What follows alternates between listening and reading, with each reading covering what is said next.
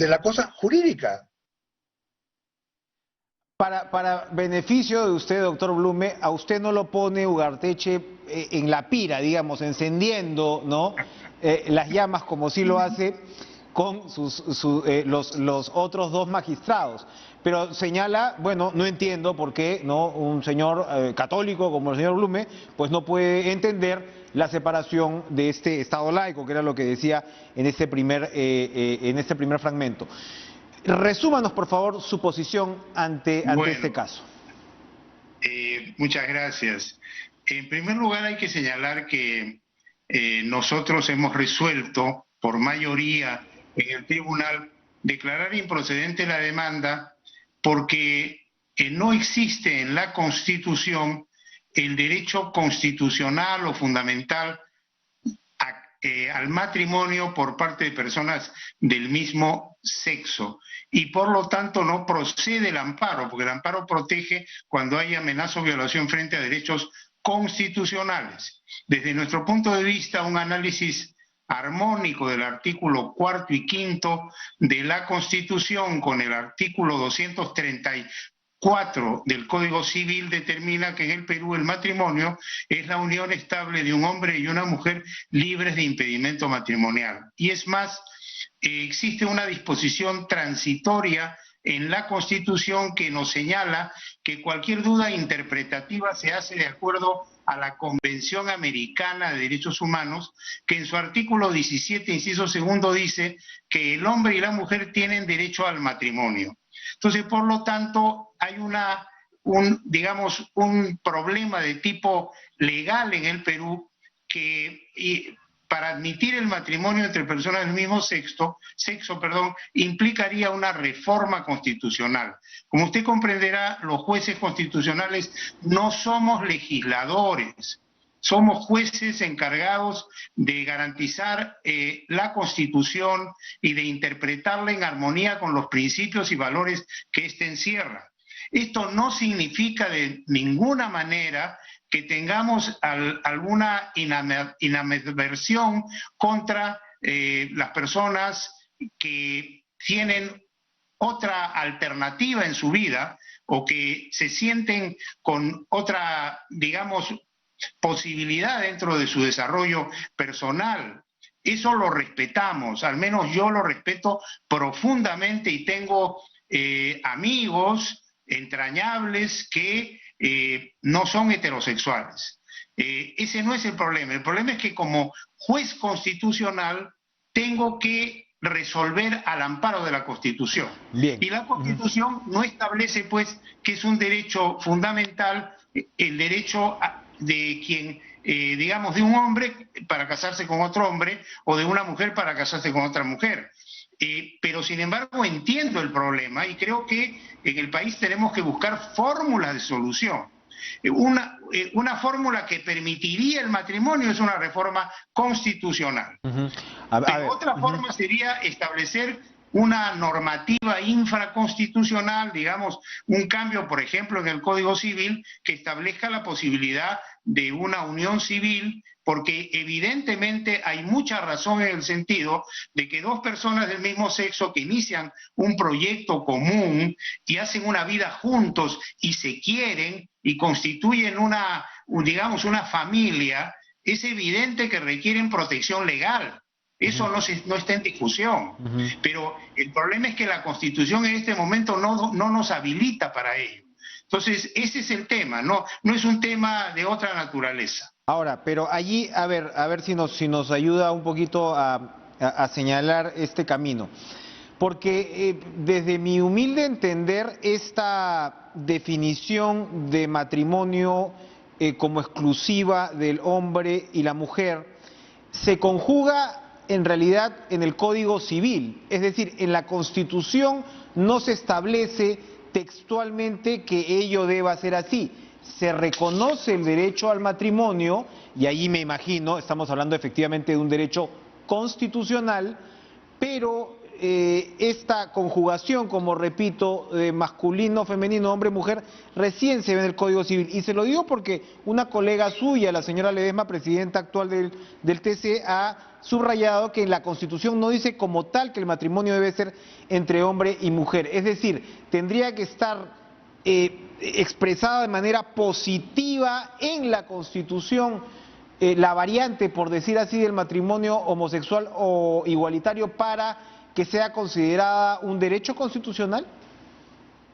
Mire, le agradezco mucho la pregunta porque me permite aclarar nuestro punto de vista. En primer lugar, de acuerdo a la propia Constitución, artículo, mejor dicho, cuarta disposición final y transitoria, dice: las normas relativas a los derechos y a las libertades que la Constitución reconoce se interpretan de conformidad con la Declaración Universal de Derechos Humanos y con los tratados y acuerdos internacionales. La Convención Americana de Derechos Humanos que ha suscrito el Perú y que hace bloque con la Constitución establece en su artículo 17 en forma expresa lo siguiente: cuando habla de la protección de la familia, dice que reconoce el derecho del hombre y la mujer a contraer matrimonio y fundar una familia.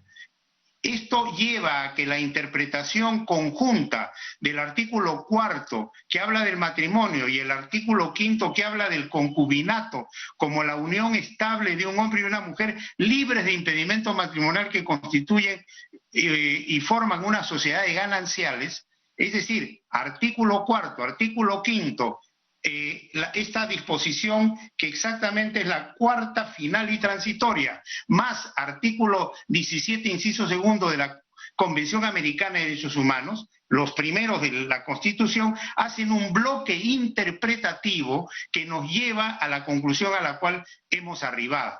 Ese es el tema. Bien. O sea, el punto de vista de los magistrados que no han alcanzado la mayoría es muy respetable, por cierto, pero no está armónico con la Constitución.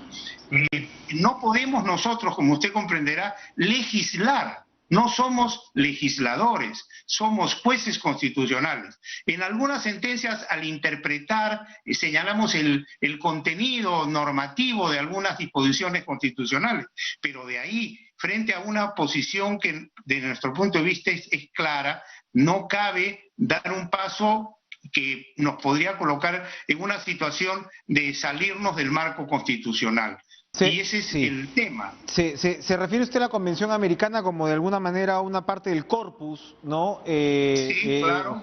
Jurídico, filosófico, que ¿no? Redondea esta visión constitucional. Pero hay evidentemente opiniones... Y le quiero acotar lo siguiente. El artículo 12 de la Convención Europea de Derechos Humanos tiene la misma redacción.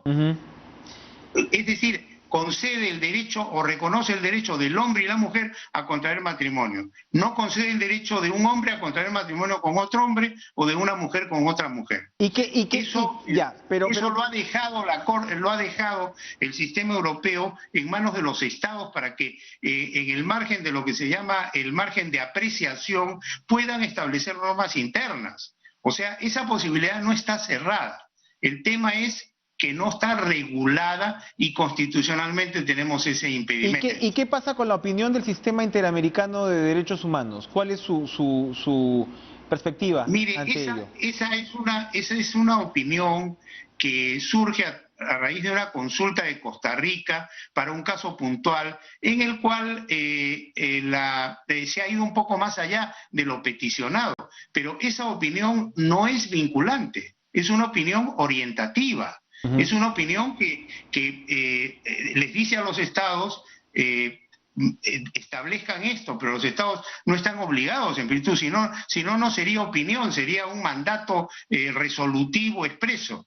Cada estado tiene que recoger los criterios respectivos y hacer las modificaciones constitucionales y legales correspondientes. En eso no hay ningún inconveniente. El tema es que nosotros, como jueces constitucionales, tenemos la obligación de defender la Constitución e interpretarla en forma armónica con todas sus normas y las normas del sistema interamericano. Y no hemos encontrado salida a este punto, porque no está reconocido en el Perú el matrimonio entre personas del mismo sexo. ¿La sentencia no podría incluir una invocación al legislador?